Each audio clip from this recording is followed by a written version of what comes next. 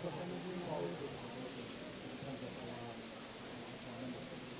an academy, we also host, I just want to illustrate this because of when one looks at the future. We also host an academy called the South African Young Academy of Science. The science. This is an academy for younger academics. So this is people who are 40 and below. They have who are really the best in the country. The days are slightly different when you look at those young people. In terms of race, they sit in protected gender, women sit in. So when one looks at the future, so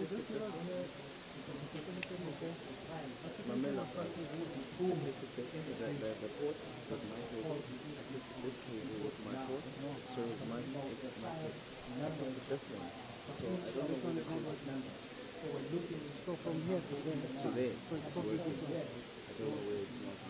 New asset members.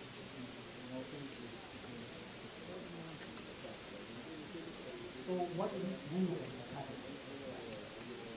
We do quite a number of things. One, we do what's called consensus studies. And those are just studies that look at strong policy recommendations. So what we do is get together our members, we sit together and decide on a particular study. I'll give you an example of the consensus study. Energy in the country. We have a study on energy. Afrique is one of those, which is also a consensus study where experts sit and put two documents down. It's called the consensus study. And then the second one is an assessment study. So at this point, the idea is to really look closely at evaluating a particular topic. We have had a study, for example, that really shook the country during the time when there was a lot of AIDS denial in the country. The academy undertook a study to see if there was a link between HIV and nutrition. So those are some of the studies that these are concise documents that contain key messages. So what we could do is to unpack the consensus studies and the assessment studies and formulate these booklets that we give to departments to inform and change their policies. So what is an example of this? The academy, if you look at what is happening in the country in terms of the PhD can you just use XLR direct? And what the TST and the NRF tells you of the numbers going forward and what the country needs in terms of number of PhD. Also, occupy from XLR slash was a document that was put together by the academy. The document is used by the TST and the NRF to inform planning in terms of PhD output in the country. So those are some of the things that the academy is doing. Policy commentaries. We do this quite a lot when we respond to what's happening. One of the things, but we want to make sure it's something of that is scientifically based, and not to jump on just on any other thing. One of the things that we did was when there were xenophobic attacks in the country, because a lot of our members, although it's a South African academy, it does not exclude people that work in the country and are not South African. If you're an academic, you can be a member as long as you excel. So we released a statement against xenophobia. One of the things that we're really good at and that we do a lot is that of workshops and symposia. The academy does quite a lot of work around this area. We have an annual Young Scientist Conference. So at the academy, young means if you're 40 and below. So anyone who's 40 and below. Unfortunately, if you're over 40, we don't recognize you as young. If you're 40 and under, we have quite a lot of opportunities at the academy for people that are of that age, starting from the As I mentioned, the annual Young Scientist Conference. The annual Young Scientist Conference is the theme of that conference changes every year based on the African Union Year theme. So what we do, we look at the African Union Year theme, and you will look at the what is it that we can use from out of that to kind of make it something for the country. For example, this year it was on gender.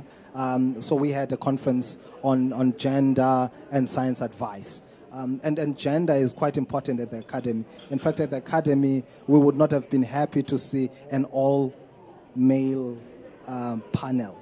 It is just uncalled for because the idea is to make sure that gender representation at all levels is as you've seen, 25% of our members are actually women, and we're trying to change that. And this is the problem that we have in the country and in the continent. So at the academy, we try to make sure in terms of the opportunities for young people. I think our focus is, we have a huge focus on young people. I've mentioned the Young Scientist Conference. This is an annual one, so it's coming every year. We're waiting for the year thing from the African Union. Once we have that, we'll have a conference. But also we have an organization called OAST, Organization for Women in the Developing World. Now, OAST's mandate is to ensure that women are fully represented in the area of STEM. And so we offer bursaries for women to do science degrees. In degrees, I mean masters and PhDs. And this is sponsored by Gender Insight in Trieste in Italy. We are a national chapter, but what we currently face is that a lot of these opportunities are not taken by South African students because the conditions of the bursary is that you should not study in your country. So if you are in South Africa, you have to choose another country outside the country, another country inside the continent. So you could go to Nigeria, Zimbabwe, and in any other. So we have a big challenge because young people don't want to go to those countries. So we have quite a number of young female students that are coming from other African countries to study in South Africa. We also have an academy called TWAS Rosa. TWAS Rosa is the World Academy of Sciences, regional office in the sub-Saharan region. Now, TWAS Rosa's mandate is also in strengthening science and technology. And what we have there is quite a number of opportunities in terms of prizes, and a lot of prizes, more prizes than any other thing. TWAS Rosa, for example, there will be a prize now for about $3,000 for young scientists. And I mean, in this case, people under 40. Yeah, a little bit under 40 who have done tremendously well in their work. And also, we're planning a conference on abandoned mines. The conference is going to take place on the 28th to the 30th of November. So what we do as an academy, we have these conferences on we call them science business dialogue. And the idea is to bridge the gap between science and academia and business. Because we figured these people are not talking together. So this is going to be an international conference where people in the sector are talking about the challenges that we have in the SADC region. In South Africa, we have over 4,000 abandoned mines. So you can imagine in other countries in the region how many abandoned mines are there. So there will be a lot of dialogues around what can be done, what types of technologies can be used to revive some of these technologies. Whether now abandoned mines are used for farming, abandoned mines can be used to generate energy, and also looking at other ways of remediation of these mines. Thank you very much. Questions? I'm happy to take them, yes.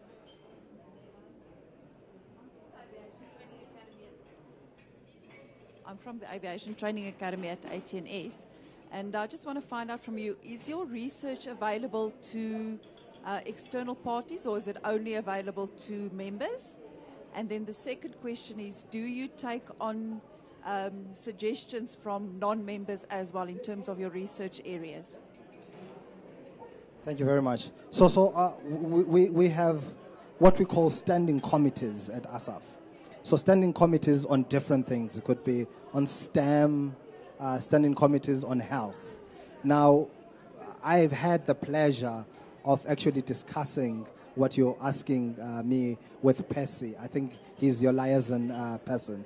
And what we've discussed is basically to say, yes, the academy is available to undertake studies. And we do not just look at our own members. Remember, some of the people are members because of their expertise, but there are many others that are not our members, but are quite good in their craft. So when we've decided to formulate a study, the standing committee will decide on the people that are going to conduct the study. And they will look at experts, whether they are ASAF members or not. They will form part of that study, depending on what they would like to achieve as part of that study. Yeah. So there are discussions to say, what is it that your organization can do with ASAF to undertake a study focusing on the SADC region in relation to aviation, yes. Hi, I'm also from 18S. The slide that you showed on the gender and demographics, if you can just go back there. That. Is there any plan to improve the numbers there? Yeah, this is a challenge. In fact, we get serious hammering from the Minister of Science and Technology because this is unacceptable. I think there are many strides. There are many ways that the academy has been trying to make sure that it achieves this. But the biggest, okay, let me say it and put it this way. With the, okay. When one looks at the historical context, a lot of our, aspects at whether it's universities or otherwise, are really old white males, and that's how it is. And I think I shared the percentages, and what we're struggling with then, because how this is done, how you become a member, is that existing members nominate you, right? So you get nominated by those that are already members. So it would be people in your field. If you're a biochemist and you're female researchers, those in your field would recognize that you are so good in this and we would like you to become a member. But the challenge is that those that are inside have to vote for you. And if they do not vote for you, you do not become a member. So currently what the academy is doing is revising its policy on membership to ensure that these numbers change. But also in terms of, we had the very first set of young academics becoming ASAF members. Unfortunately, they were also males. Yes, unfortunately, they were also males.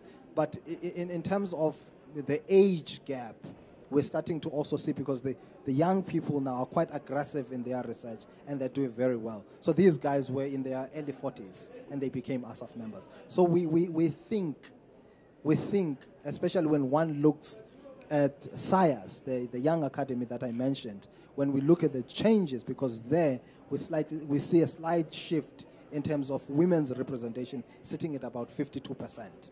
So we are hopeful about the future. And what the minister has done in terms of ensuring that, there's Saki chairs, that women are also prioritized in terms of becoming Saki chairs, because those are ideal candidates of becoming ASAF members. In fact, I think now one of the youngest is Adrienne from Rhodes University. I don't even think she's 40. If she is, she's probably 42. She's one of the youngest females to become an ASAF member. and she's a Saki member. She has, this Saki chair. She's a Saki chair. And this is because of also the initiative by the Minister of Science and Technology to ensure that women get these opportunities. Hi, my name is Sandri from Blue Falcon Aviation. Sir, I came in the tail end, so I want to know, is there a specific criteria that a woman would have to be a member of ASAF? Have you discussed that? And what would be the term in terms of them staying on this committee? So membership is, you would have to have a PhD. I mean, that's the basic thing. Whether you want to be an ASAF member or a SciAS member, you need to have a PhD.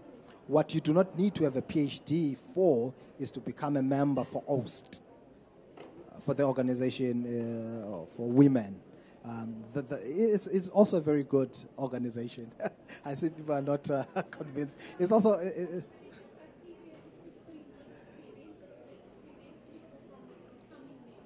Well, academy is by nature supposedly to be this elitist organization where you have really, the best in the country that forms part of your membership. Because the idea there, you want these people to really drive science advice. Because that's what academies do.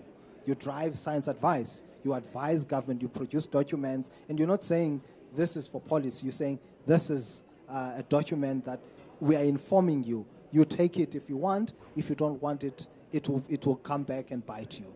So in terms of membership, unfortunately, you must have a PhD and extremely good track record in terms of your academic output. But all things, because a track record is good, also what for society is also a very important thing.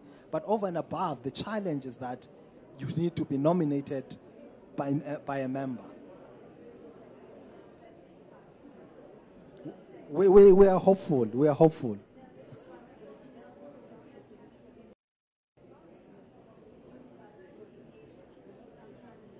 Indeed. Indeed. But then your impact is not, you don't have to necessarily become an ASAF member. As I mentioned, if there is an interest to have a study on aviation, and we know that a lot, maybe of our members, do not have are not experts in the field, and there are people experts but do not have PhDs. It does not take anything away from them to become part of the committee that will undertake the study. It's just the member is, yeah.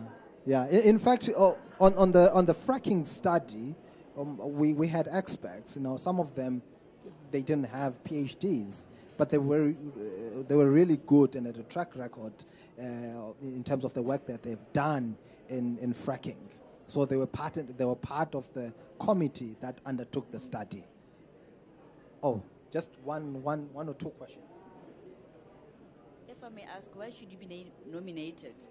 Isn't that subjective? Why should somebody nominate you? Well, the idea is that your peers recognize you as an expert.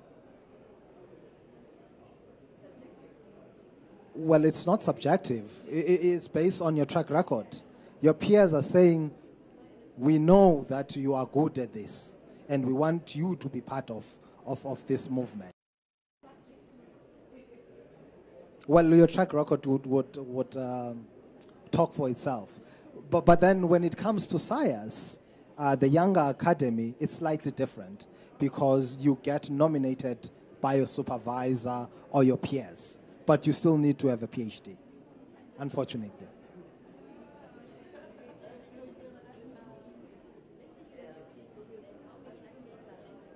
So that you qualify to be a member.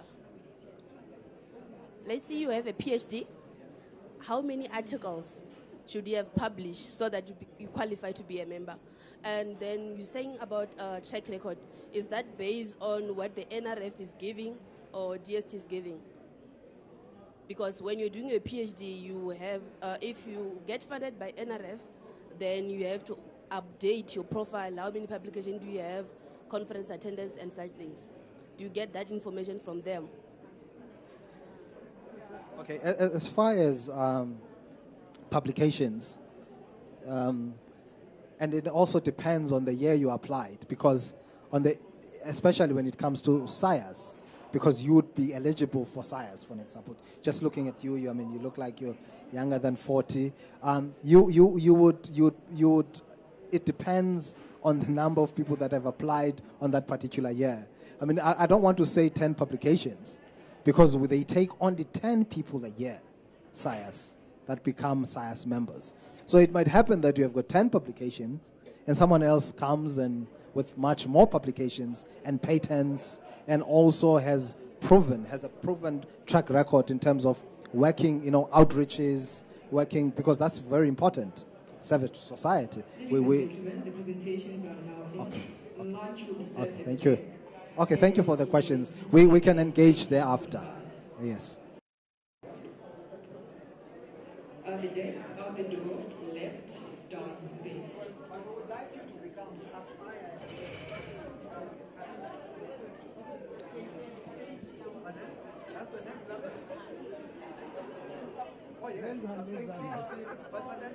But not really. Because I'm saying there's organization for women. Yeah. You can join us there, and when you understand the process and what needs to be done, it becomes easier.